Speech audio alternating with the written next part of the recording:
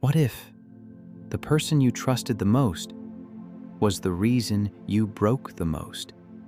This isn't just a story about betrayal. It's a story about how one moment, one choice can change the entire map of your heart. We all think we'd see it coming. The lies, the signs, the slow fading of honesty. But the truth is, most betrayals don't start with cruelty. They start with love.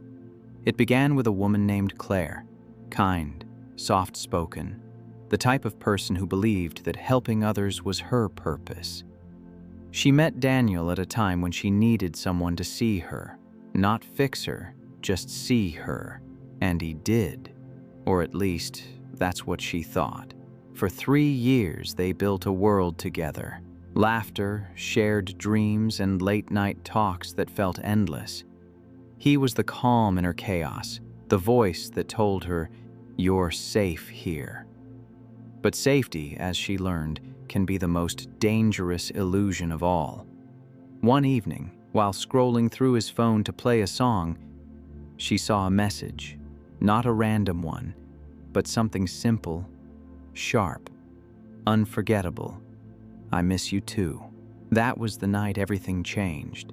The floor beneath her trust cracked, and every memory she had started to feel like a lie. You see, heartbreak doesn't start when they leave. It starts when you realize they were gone long before. For weeks, Claire stayed silent, pretending she didn't know, pretending she could fix what was already broken. She smiled, cooked dinner, said, "Good night." But inside, her heart whispered, "You're losing yourself." And that whisper became a scream she couldn't ignore. So one morning, she packed her things. No yelling, no revenge, just quiet strength. She left a note on the table that said, "You taught me love, but also how to love myself enough to walk away." And she did. She walked into a new life, alone, terrified, but free. Most people think healing is about forgetting, but healing is remembering without breaking. It's looking back at what hurt you and realizing it no longer owns you. Claire started small.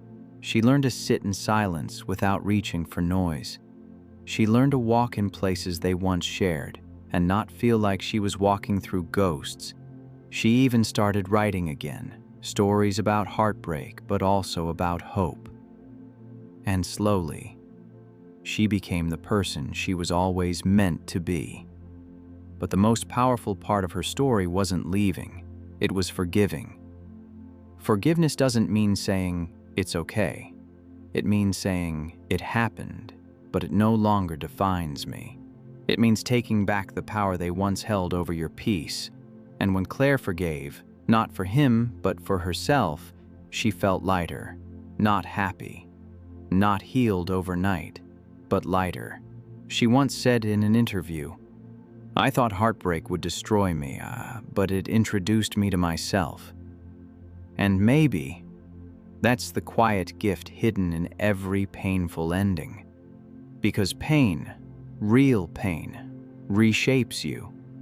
It tears down the illusions you built and forces you to rebuild on truth. It's brutal, but it's honest. And honesty is where strength begins. If you've ever been betrayed, you know that strange ache, that emptiness that feels like silence inside your chest. But maybe that silence isn't the end.